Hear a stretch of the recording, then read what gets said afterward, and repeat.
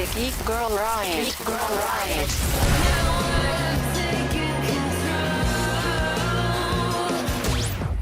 Rioters, come out and play. Okay, have you guys heard that new album? That's kind of a quote from an old movie and a new Broadway musical style album from Lin-Manuel Miranda and Issa Davis called Warriors.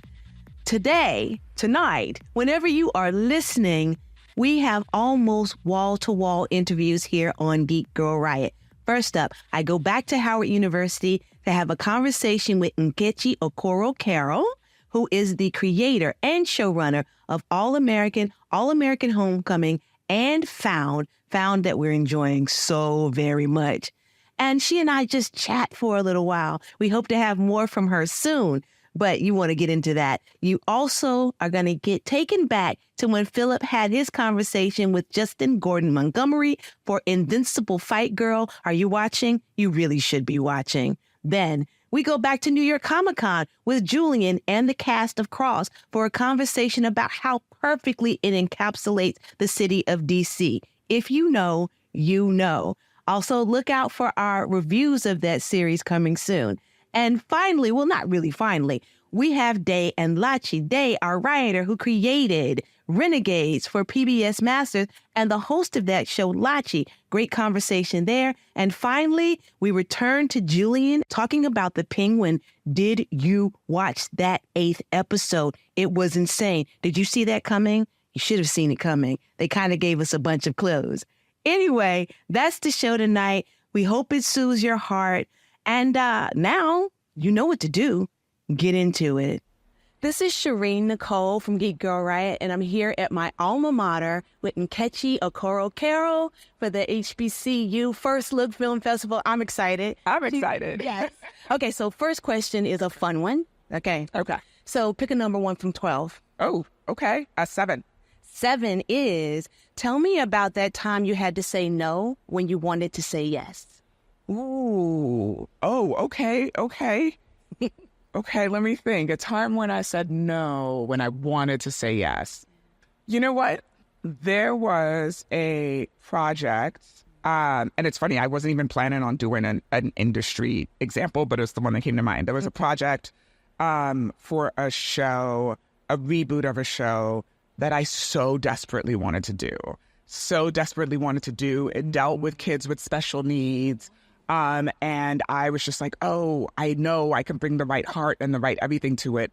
But literally, Homecoming had just been greenlit, Bound was being picked up. And I realized, I was like, I'm going to shortchange something if I tried to add this to my plate, even though I knew I was 1,000% the right person to do it. Okay. And so I had to say no. Till today, I'm still like, I so want to know what that is. I want to know. You got to tell me. It may come back around. I'll tell you offline. Okay. Come back around. Perfect. So you came into the energy with this kind of don't wait, do it now energy. And I wanted to know, how has the dream changed from then to now? Like, it was a dream when you started. What is it now? Oh, girl, you were good.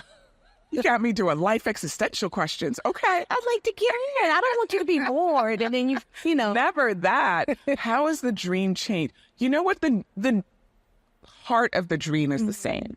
Okay. What is it? The heart of the dream is to tell stories that leave the world a better place than how I found it. And stories that move the audience so much that they do what I do, which is throw their shoes and yell at the TV. Yes, and sir, especially. Listen, I have sat in editing and removed my shoe, and the editor's like, but you wrote this. I was like, I know, but Mark Paul didn't need to act it so well that now I'm yelling at him. Makes you feel it. He does. So the heart of that little girl's dream, like little Nkechi's dream, that has stayed the same. Okay. The size of the projects, the talent I want to work with, the different kind of projects I want to do, that's what kind of grows and morphs as I grow and morph. And, also as I get more experience, as our industry changes, as our culture changes, because it's really about what do I want to say to our culture right now. So that ebbs and flows and changes with the times, but the heart of the dream is the same. I love that. Okay, one last question. Okay. I'm trying to decide which one I want. You know what? Okay. Yeah, just blindly hit a question. I know it. I picked one. Okay. You love a procedural, and we know that from your work, right? From, what was it, Bones to Rosewood to Found. So what is it that you want to do next that you haven't done genre-wise? Or do you want to do a mashup, procedural and? Okay, so I do. I love procedurals, and I also love YA. I do too. And what I haven't done is merge those and do a YA procedural. Please. You know, and so I'm... I want to know. Seriously, I like when we make that happen. Can we do it today? Exactly. You are in the perfect place. Listen, so yeah, like that's something I'd be interested to do. I also super love genre. Like Buffy the Vampire Slayer is still one of my favorite TV shows of all time. Again. Right. And so the way the demons so perfectly were a representation of like the teen angst you go through in high school, every episode, it was brilliant and underrated. And so, you know, eventually, I think there's going to be a genre show that speaks to something where I can thematically sort of really tie it in that way, but it's just a kick-ass, you know, sort of genre. Okay. So, yeah, you know, I want to do it all, girl. Yeah, well, come back to me when you're ready and we can announce it. Amen to that. This is Sherin with Nkechi Okoro Carroll, and we're at Howard, and I can't wait to talk to you again. I love it. See? This match is scheduled for one fall. Victory is obtained through submission, 3-second pin, or fighters being incapacitated. Are wrestlers ready? Step into the ring with Invincible Fight Girl. It's showtime. This is Philip Jean-Pierre with Juston Gordon-Montgomery, the executive producer of Invincible Fight Girl. Let's start this off. Like Dusty Rhodes said, you put hard times on Andy from episode 1. Would you say that they kind of mirror some of your experiences as part of your evolution? Yeah, I think they definitely mirror mine. I think I also was drawing quite a bit from what I was hoping was maybe just a little bit more of a universal truth, what it's like to pursue something you're passionate about. Understood. You know, I'm someone who's kind of lucky to be surrounded by a lot of people who are passionate about different things and are, you know, pursuing them. And there are things that are very different than what I'm doing. And I think something that was kind of a really interesting eye-open moment for me was sort of just seeing just how universal the struggle is for anyone who is trying to do something that really means a lot to them. The battle is truly like uphill, you know, and I think there's something about kind of where we are right now in the zeitgeist where I think a lot of people are grappling with the sort of question of like, how much can a person invest into a thing versus the return that they get from it? And so those felt like questions that I kind of wanted to pose in Andy's journey. I'm making it just really, really hard for her and making it so that every win she got really, really, truly felt earned. Yeah, on that same note, even when she does not necessarily win, there's always growth in her journey. Like she gets better for every experience, good or bad, especially how she starts off and the fact that she kind of grows into who she becomes. By episode 4, you're just like, you will not be stopped at all. Yeah. So I appreciate that. For me personally, I was getting some Naruto vibes from the Shippuden era. And especially Joseph Campbell's idea of the hero's journey. And I think it especially embodies that. And you spoke a little bit about this, like as part of her journey, besides your personal experiences, what external forces or influences inspired you to come up with Andy's journey? Sure. Yeah, I think you're kind of right on the money. Naruto was really big for me growing up. I felt like I had never seen a show like that so beautifully balanced a character's growth with adversity, with them making sort of incremental, you know, discoveries along the way, but at the same time balancing that with their need to sort of personally go back and refine their attitudes about the world. And so that was a really big one for me. Another thing too that I also tell people a lot is a lot of this I was thinking about Pokemon, but like early days. Oh, yeah. When Ash first started his road to becoming the greatest. Yeah, and I think that there's something a little, I don't know if anyone still watches it, but there's something a little bit different from what it is now, where I think there's more of this idea that this thing is going to probably keep going forever. So we're just kind of coming up with new fun stories. But I think when it first started, it seemed like it was a little bit more finite. Things felt more consequential. You know, when Ash lost, he really took that loss hard. Yeah. And he really kind of went back to the well and was like, dang, what did I do wrong? And when he would overcome the thing, it was never just magically he got better. There was a lot of self-reflection that had to happen for him to be able to make adjustments. And that sort of storytelling, making things feel like they're very consequential, like they matter, making it so that your characters feel like any progress they make is deeply and truly earned. I think I was looking at a lot of media that I felt did that really well. Okay, that's awesome. Growing up, did you yourself want to become a professional wrestler? And if so, would you be a face or a heel? I didn't want to become a wrestler because I thought it was real. I thought Undertaker was like really a dead guy. So the thought of like actually getting in there and fighting terrified me. I do think I would be a face because one of my favorites was Kurt Angle. And okay, yeah, I noticed that from the quote unquote the ankle. Right. Yeah. And so I was like, oh man, he's like the hero. Like he's gonna stop all the bad guys. But yeah, no, as a kid, I ironically was into a lot of boxing, even though that was also as violent. I thought wrestling had supernatural shit in it. So I was like, well, at least you can just fight. Like you can't do anything against the Undertaker. He's like a dead guy. He's gonna do. Speaking of the boxing thing, I kind of want to talk to you about the section about the tenderizer district. Sure. And the Beef Puncher family. Was that inspired by Big E's promo of big meaty men slapping meat, or were you just, I'm going to just do this for this one neighborhood? No, it wasn't. It wasn't inspired by that, though. That is a really funny reference. It sort of came from this idea of, that this is a wrestling world. A big part of the sort of fun of that was like, well, what are all the ways that wrestling has been integrated into daily life? And so that felt like a very easy and obvious direction to go to of, oh yeah, like people do this thing as a profession, but then it also has very obvious applications to when they wrestle, and they might actually even make a whole wrestling style out of it. And so it kind of started to naturally flow from there. Okay. So one last question, and you touched on this a little bit. So from watching the 4 episodes that they gifted us, the one thing I most enjoyed about this was the fact that from episode 1 to 4, not only is there growth, but the maturity level in someone having to go through that journey is pretty drastic. When people watch this, what other things would you like them to take from it besides, if you're going to fight for your dreams, you can, but at the same time, you have to be real as well? Yeah, I think I would also hope that people have empathy for people who choose to follow their passions in that way.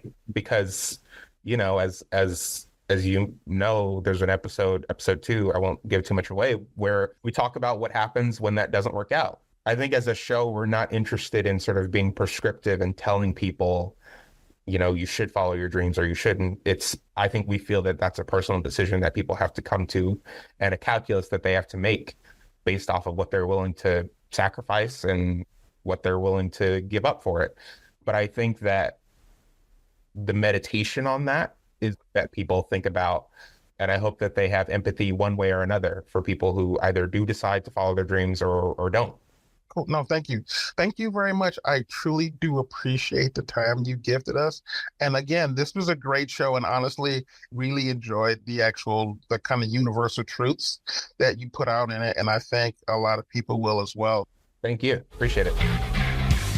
Invincible Fight Girl, 2-episode series premiere, Saturday, November 2nd at midnight on Toonami, next day on Max. Hello, my name is Julian Lytle with Riot Us. As a Washingtonian, watching the show, it was very clear that you guys took care to show the culture of the city more than any other interpretation of Alice Charles that I've seen, from slang to food to neighborhoods to class divides. How much did you all, research or really take care into trying to represent DC the way most of Black DC never gets seen? I can speak on that, but I want to kick it to Isaiah first. He was part of that process in terms of absorbing the city. So what we did is we spent, I think it was a good 10 to 12 days in DC. Alice and I, we did tactical training together. But one thing that we did that really I thought, and this actually speaks to your question too a little bit. I really think that the training we did with the psychologist, was one of the most impactful things for me because we got to talk to real detectives and talk about how they actually dealt with some of the things that go on in DC and how they kind of shed that stuff and have to go on to their families. And I mean, I don't want to do the private stuff of what this man was talking about, but it was so similar to what Alex was going through that it nearly married every single, of conflict for Crows. It was amazing, you know what I mean? So after a moment like that, you know, when something's so heavy, you know, sometimes you need comfort food, you know, to kind of feel good. So, you know, we headed over to Ben's Chili Bowl. And, you know, we just got after some of that banana pudding and everything was, you know, made us feel better about everything. You know, Miss Vita, she did such an amazing job of welcoming us into her home, which was Ben's Chili Bowl. We took that back to Toronto and our one-for-one replica and tried to do the same thing on set. And we have a producer, Umar White, who's from DC.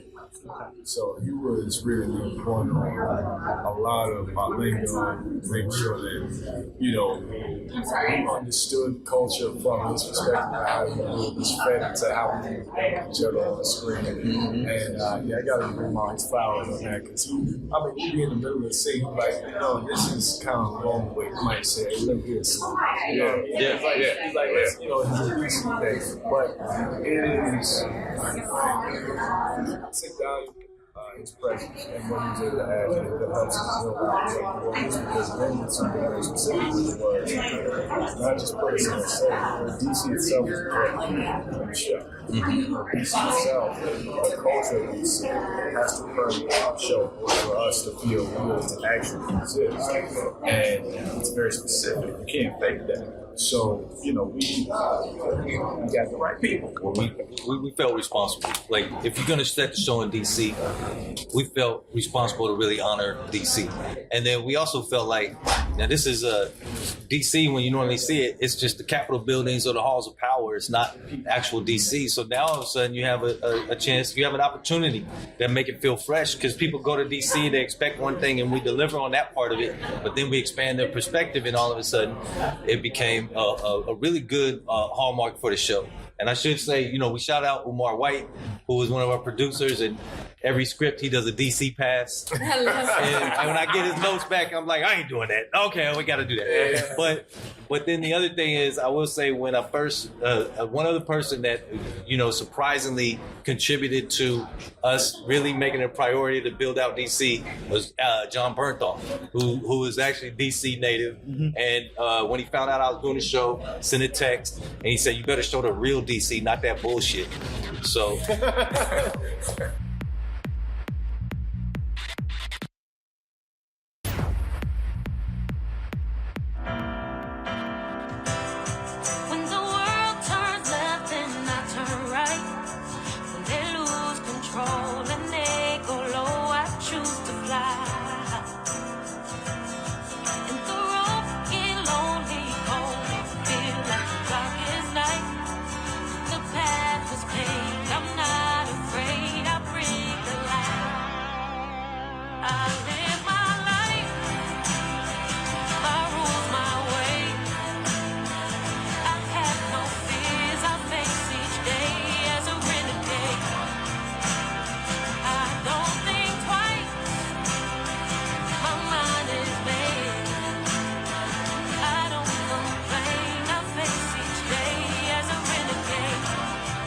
This is Sherin Nicole from Geek Girl Riot. I am a Black woman with braids in buns, and I'm wearing a black and white sweater that's fuzzy and cuddly.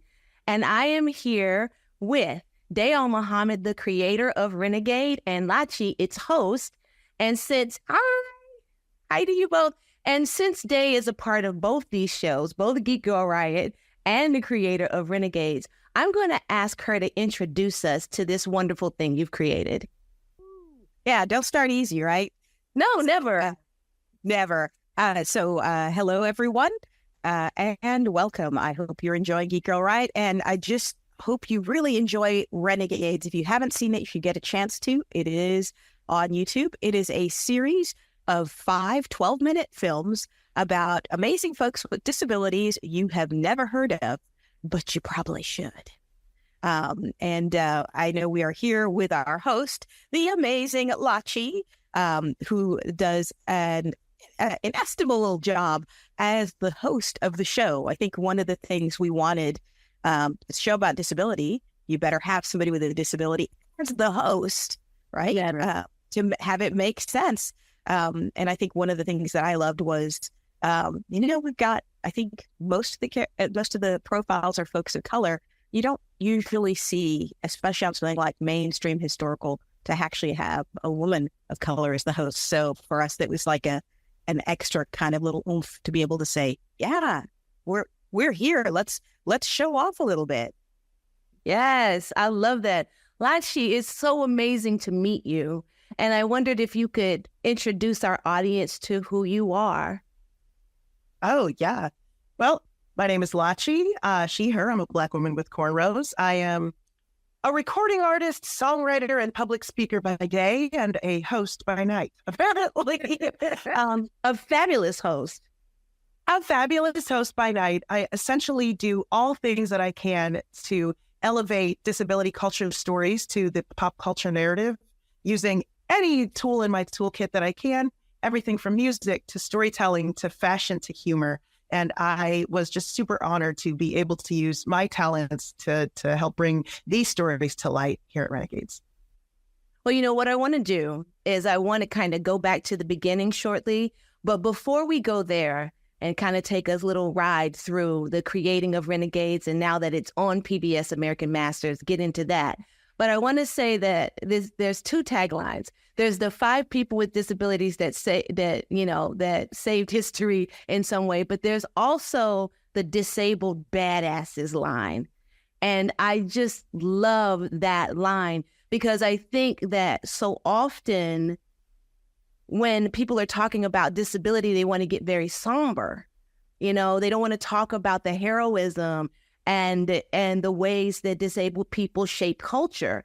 And what I found so amazing about this show, and Lachi, the way that you talk to the different interviewees, is that there's levity, there's light, there's connectivity. You're always finding a way to bridge with and create community with each one of these people who have kind of encircled most of these great folks that you guys talk about, from Judy Lynn Del Rey to Thomas Wiggins to Daniel Inouye and Celestine Tate Harrington. And so every person, you're finding a bridge and it's a celebration. Why is that so important to both of you? Ooh, I'm going to let you take this one first. Sure. I am all about celebrating my disability. When I was younger, my parents were told I needed to use a cane. And I said, I already stand all the way out. I got to have large print. I got to be in the front. A social worker comes to the classroom. I do not want to use a cane. And really all I was doing was contributing to my own disability erasure, right? And so when I found that confidence, I started using the cane. Now I bling them out. It's all from a place of power, a place of pride. And I've come to the realization that putting my disability, whether it's my blindness, my ADHD, my OCD, and wear it on my own T-shirt, can't nobody tell me nothing anymore, right? Right. So it's the ultimate confidence, and it's the ultimate reason I've been able to navigate the way I navigate. So it brings me pride and it brings me joy. And then to see that who I now call sort of my ancestors in disability, folks like Celestine, folks like Brad Lomax, folks like Judy Lynn Del Rey, using their disability, using the thing about them that sets them completely apart that other folks would find maybe a weakness or a difference or something that, folks should be ashamed of, to be able to have used that to shift culture, to change narratives, and to contribute to the fabric of America, that is something to celebrate. And so that's why I celebrate it. Yes. And it's so phenomenal to see you in your heels, like 4-inch heels, and your cane. And like you said, Oh, I'm sorry. Did you say 4? Yeah, we're talking 6. My apology. I meant to say you in your 6-inch heels and your cane. Fabulousness. Yeah, and that's really great. Day, do you have anything you want to kind of follow up with? That I wear comfortable boots rather than You do not wear. You wear your own style. You guys don't know this, but Day wears the cowboy boots. She wears these amazing red leather boots, so she's got her thing going. So take me my red leather boots and the great big belt buckle. So that's definitely more my look. So but that's okay. As a producer and occasional director, I get to be comfortable. I think Lachi really, really hit it. Because traditionally disability is seen as just like a clunker. Who wants to watch that? It's such a downer. And instead, this is supposed to be about the vibrant, dynamic part of the community. I'm like, that's who we are. And I think that's the other thing. It's like, well, we couldn't officially use it on PBS. In general, most people who catch me, I'm going to use the term badass because that's who these folks are. That's who this whole production is about, is showing off this kind of badassery that's just not usually seen or expected. How do you make disability sexy? I'm like, it's not doing anything special. It's just showing it as it really is. 6-inch heels and all. Beautiful. I love that. So we're going to go back behind the scenes. So take me to, what was the seed? What was that first little, I don't want to get into inspirations because everybody's going to ask you that, but I want to know that first little seed that grew into this idea. Ooh. So the first seed in some ways was the idea that in many ways I don't get to see myself as a blind person in history, in culture. There's nobody like me. There's not as many role models. There's not as much, or if there is, it's more now.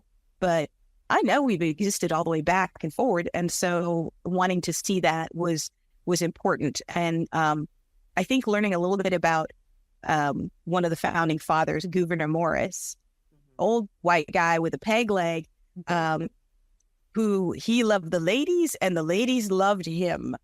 And it's just reading about the life, and this is something that the biographers talk about, right? Reading about the life of this kind of player way back when.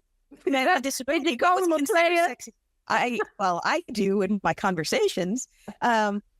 I think we officially used Playboy, but in how he was. But he was seen, I'm like, yes, he had a disability, but he was seen as sexy. He was seen as intelligent. He was with the Constitutional Convention. He's the one who wrote the words, "We the people of these United States," right? That was him. This is a guy who, after the war, they're like, oh, this guy's a little much. They sent him to France kind of as an ambassador. Yeah, they were in the middle of their revolution, and he got in trouble and got booted out of the country because he tried to get Marie Antoinette, out of the prison before she was beheaded. And suddenly I'm like, that's disability. It's sexy. It's fun. It's exciting. And I'm like, we need more of that. And so I started looking, and the fact is, there are tons of people like that. We just don't hear about them. So the seed started there. And then one of the things I wanted was to have a hosted show, because I wanted someone to kind of follow the same journey I did of that kind of discovery and that kind of give and take as you learn. And I was trying to find someone, which sounds like it'd be easy, right? You just get a host, they get up there, they talk. But we're talking about getting the right vibe, right? You want this idea of taking the subject matter seriously, but also recognizing the fun that's a part of it and engaging and connecting with the people, like you said, around who we're profiling, but doing it in a way that kind of honors them. And Judy Human said, I met this singer. But she's like, I met this singer named Lachi, and I thought she might be really good. I want to connect the two of you.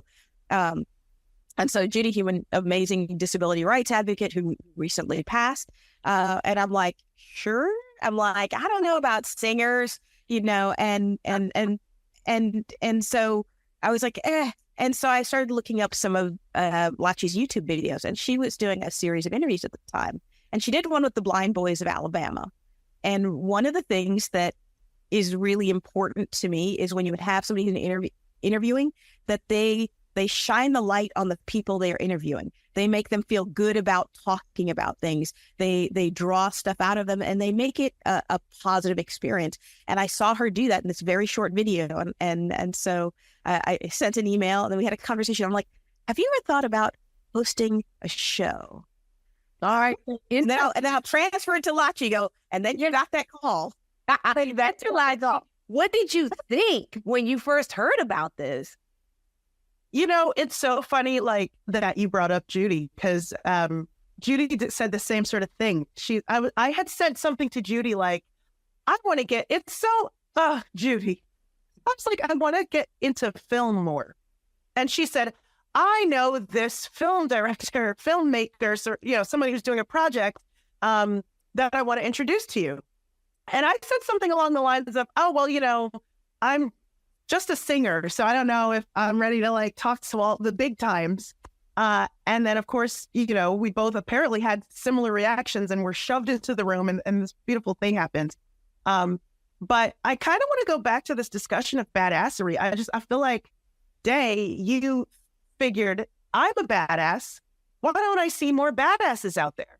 You read a story about a badass that was one of the founding fathers, and you go, there's got to be more badass stories. Then you say, I want a host that's also a badass. So I'm going to ask my badass friend, Judy. Like, there's just so much badassery in the air.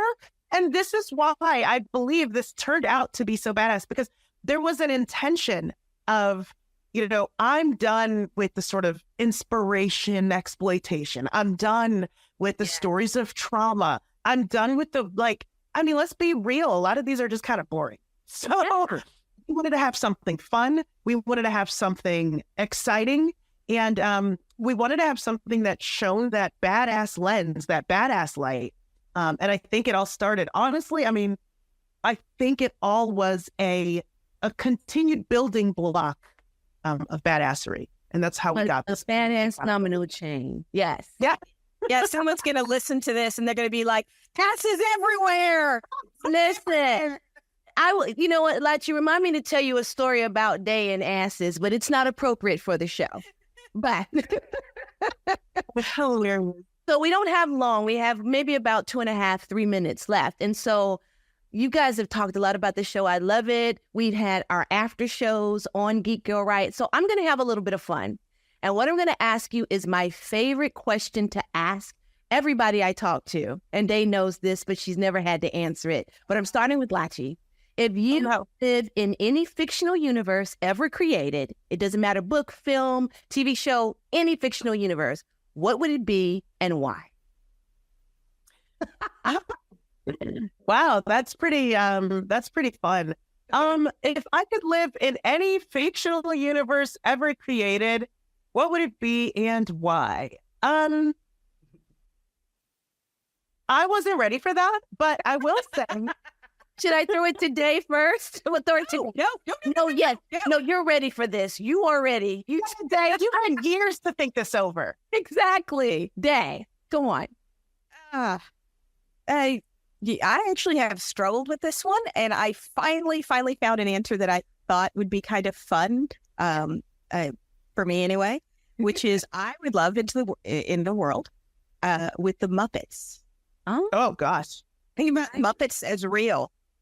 Okay, that might be a little creepy, but at the same time, come on, Kermit was awesome, and the whole Muppet Show and everything. All right, that is funny. I like that one actually. Hanging out with Miss. I could see me hanging out with Miss Piggy. Yes, Miss Piggy would totally be awesome. You know, so how do you spell Bernstein, like the Bernstein Bears? Okay, so they say it's stain, but Stain, but I don't believe it. I would like to live in the universe where it's the other one. Right. Because in that universe, you know, we have like a beautiful political system. In that universe, we don't have such like a ridiculous, like hardcore corporatist capitalist history. In that timeline, we have, you know, folk living out their dreams, and we have this and we have that. I feel like I'd love to have lived and shifted into the dimension where the Bernstein is spelled the other way, so that we could explore what the world would have been like in that timeline instead of this one. I'm going with you. I am going with you. Okay, so this is Sherin Nicole on Geek Girl Riot, and we're talking with Lachi, the host of, and Day, the creator of American Masters Renegades, and just kisses to you both. Amazing. Thank you so much. This has been quite an honor. Thank you. All right. I know you guys have a lot to do, so I'll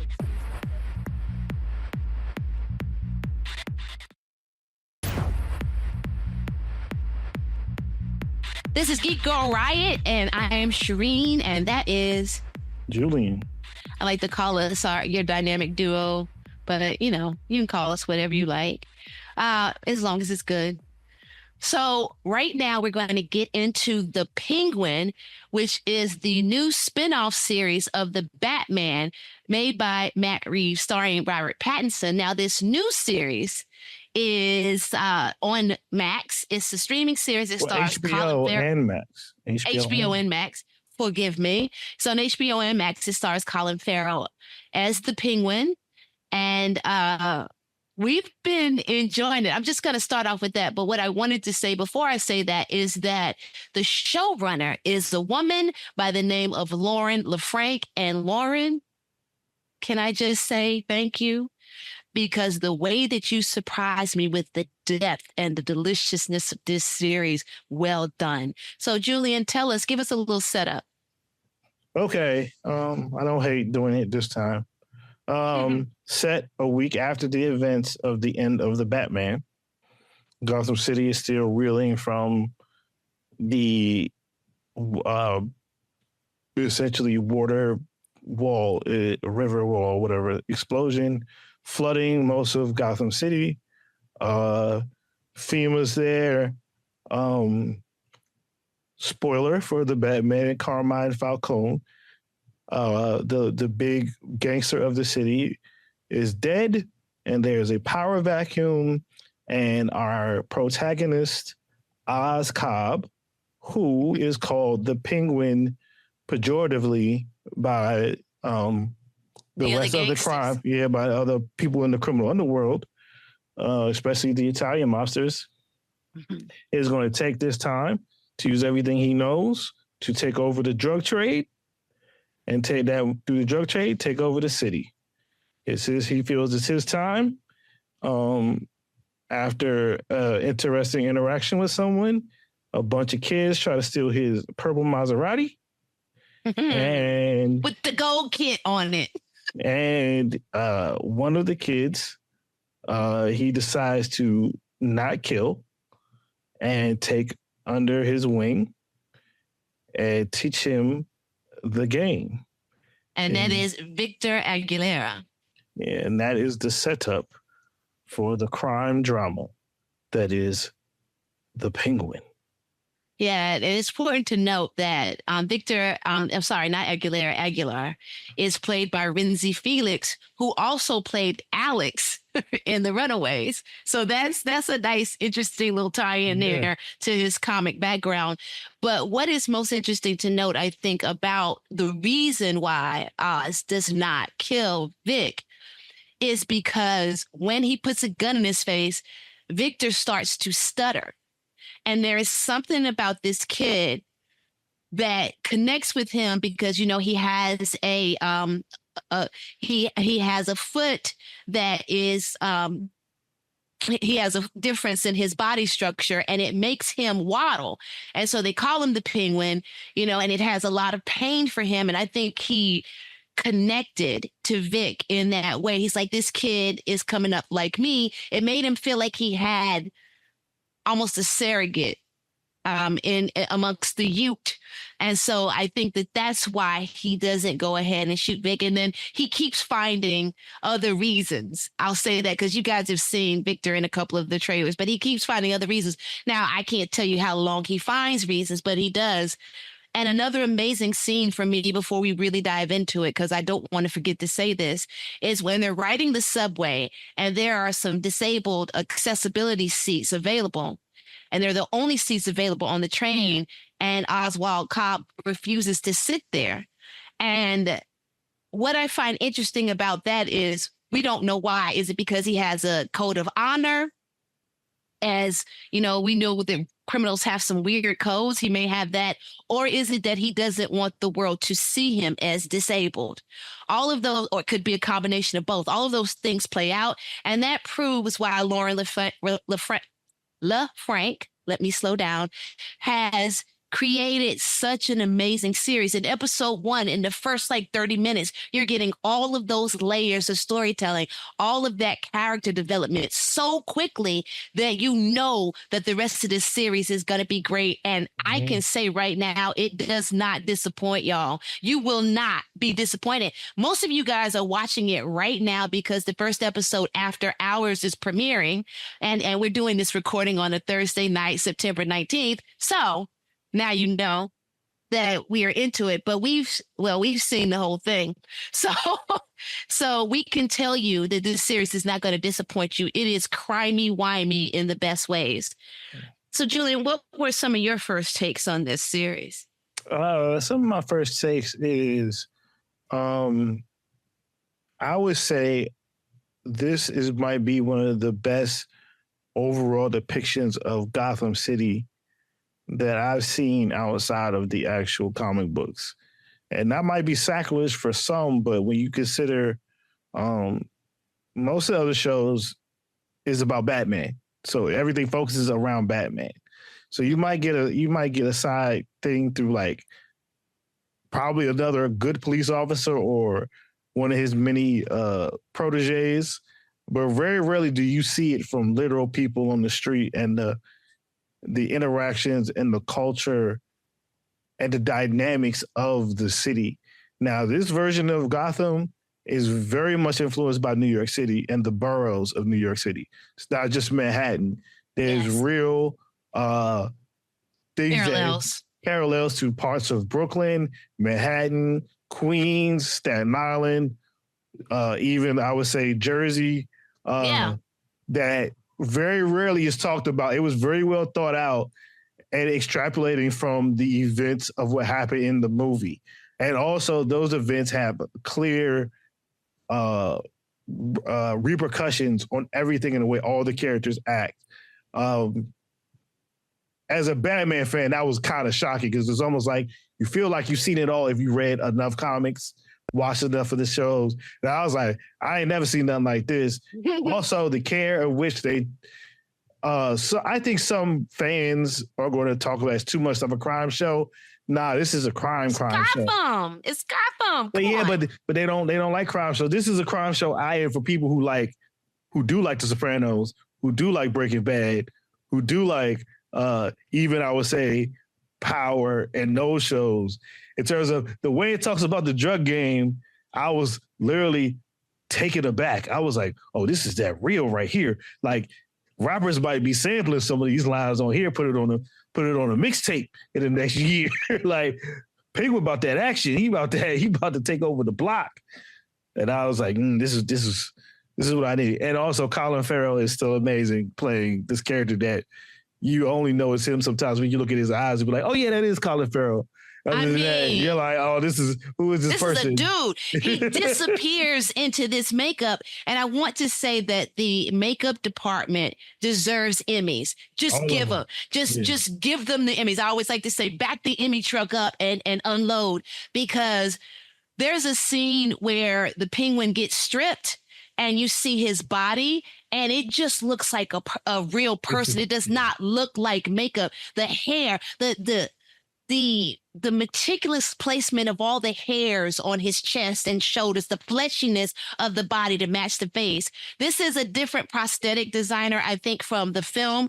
And you can tell that Penguin moved from like B villain to number one on the call list, because they just create this entire new human being. You know, it's I just got to give them credit. And I want to say that the language is also great because you and I talked about the fact that sometimes when different characters answer the phone, they say, "What's good?" I'm like, "What's good?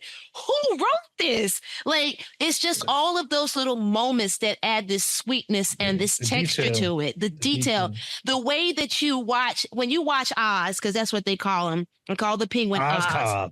And he's a street guy. He's not the old school like upper crust guy that he used to be. And when you watch him react to things, it's like you're watching him have realizations about how he can flip a situation because he's an ultimate strategist. And every little emotion playing on his face, you watch him figure out how he can flip everything to his benefit. He's a fast thinker. He's a fast talker. And it makes this series sing. I did not expect this. And to your point, I am not a crime drama person. You know this. I don't enjoy it. This I enjoyed. This I just immersed myself in it. And I think that credit goes to this creative team. Also, we get some of the gangsters that we adore from Batman, but there's a lot we can see that Matt Reeves is very much into, Court of Owls, the Long Halloween. You see that playing out in the Batman, and you see allusions to that in this Penguin series. We get what's her name? My girl Sophia. What's Sophia's last name? Because they changed it. Used to be it's Sophia Falcone. And Falcone. They do pull in Falcone. They do bring that in. But for people who think if you think you just because you read Long Halloween, and Dark Victory in year one, you know what's going on. You know nothing. No, they're gonna flip. Nothing. You will find things familiar, and then they will flip it completely to something different. And I think so successfully. We've got Sophia Falcone. You and I both said that we miss her being huge. The huge woman aspect of it. She had that big barter size on her. Yeah, but this is a much smaller woman, someone you might have expected to play like Death on another series, or someone that you could see easily being like a Winona Ryder type. But I wanted to say the other girl from New Girls, but I couldn't think of her name, so I couldn't do it. But what they do with Sophia Falcone, what they do with the way that women are treated in this world and how women are then kind of doing the same thing. There's this very cool, again, parallel between Oz and Sophia and what they're overcoming to stay afloat in this crime game. Just good stuff. The show deals with class, race subtly, class within the crime world at that. And patriarchy a lot. It's very interesting how it juggles many different things. Again, in a crime show, but it's still a crime show that is familiar enough to Batman stuff because there is Batman stuff in it, and it leaves you waiting because it's like, oh man, it's setting up that next movie just right. And it is. It's like this ain't a spoiler. Don't expect to see Batman in this. No Batman. Don't go in this feeling like you got teased or tricked. Ain't no Batman. This is the Penguin. This is about the Penguin. Whole show about the Penguin. Lauren LaFranc told you already. It's not happening. But what I loved here is that there's a history of women inconvenient women being sent off to asylums and being locked up for good, whether it was to get their money, whether it was to get their silence, whether it was to punish them. And they use that history that is very tangible to give Sophia Falcone a backstory here. And I just get, it's one of those shows you lean into because you're trying to get inside it. It's not a world you want to live in, but you're trying to get inside it because there's so much going on. You want to see everything. You want to watch each character. You don't want anybody in this show to get the jump on you because it feels that real and that well rendered. You agree? Yeah, it had me standing up watching. Ah. That gangster. One of the characters you loved is Oswald's mother. Oh, Laura Cobb. She was great. Great. You know, oh man, that gangster Italian American mom who's with it from the streets. She's a mom. She's an old school mom. And she going through some stuff because you know what I'm saying, she's older, and you know, he got to check on her, and you know, man, he keep her far away from the streets so the people can't get to. Yeah. And Carmen Ejogo, am I saying that right? I think it's Ejogo, yeah. Playing Eve, the madam. What? And she has a very, very Batman last name that people pay attention, and they really pay attention. I'm gonna just tell you, it's Carlo. So with a K, Karlo, and if you know, then you know. Okay, but yeah, she killed it as like essentially Oz love interest, romantic partner. Business partner. And then but it also kind of reminds you, connects you to stuff that was happening with Catwoman in the Batman, because they deal with the sex worker thing in it. And also, you gotta say Oz Cobb is a real one, because he actually don't. This was subtle, but the way he treats all the women, trans women and women in sex work, he called them like he just treats them the same. Yeah. It's a subtle thing. It's like, oh, that shouldn't matter, but it does matter. Like, it says something about his character, it says something about the show, but also says something about his character, like, yo, we all in this together on the streets, you know, like everybody human here. That's the thing. The Penguin is like, he treats everybody as a human being, but here's the thing. We talking like he's empathetic. He is still the Penguin. He is still a bad guy. In the end, Batman's supposed to punch him in the face. Yes, indeed. Because he recognizes your humanity. He just doesn't recognize your right to live. You are a pawn on that board that he is playing. He's pushing everything in the direction he needs it to go in. And that's why I said he's an ultimate strategist, the way they paint this Penguin. It's just, like I said before, really well rendered. And fans of, just everything genre, but also fans of DC will recognize that we get another one of the big gangsters, which is Salvatore Maroni. But playing Salvatore Maroni is Lex Luthor, aka Clancy Brown. Yes. And it's great.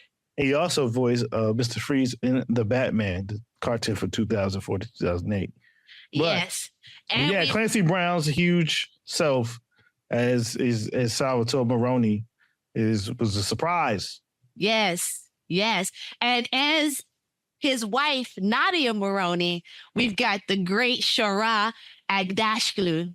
I hope I'm pronouncing that right, but I think it's Agdashlu, who, she's a favorite. If you love The Expanse, you know what it is. The two of them together, and then bringing in the kind of Persian, Iranian aspect to the Maronis, where you're like, wait a minute, the Maronis are all Persian? Oh, they got some brown people in the streets. Again, it's the streets. They really found a way to make it as multicultural as Gotham/New York would be. Like, and it's seamless and it's gorgeous. And we're running out of time talking about Penguin, but we may spin it to this next episode, or this next segment. But up next is the Inside Man episode on September 29th, because it's moving to Saturdays. Watch it. It should be Sundays, right? It's Sundays. I thought it was Saturdays. Well, it might be Sundays, yeah. It's going to the HBO, the big HBO Sunday slot. Where it will play out for the rest until November. This is Sherin and Julian.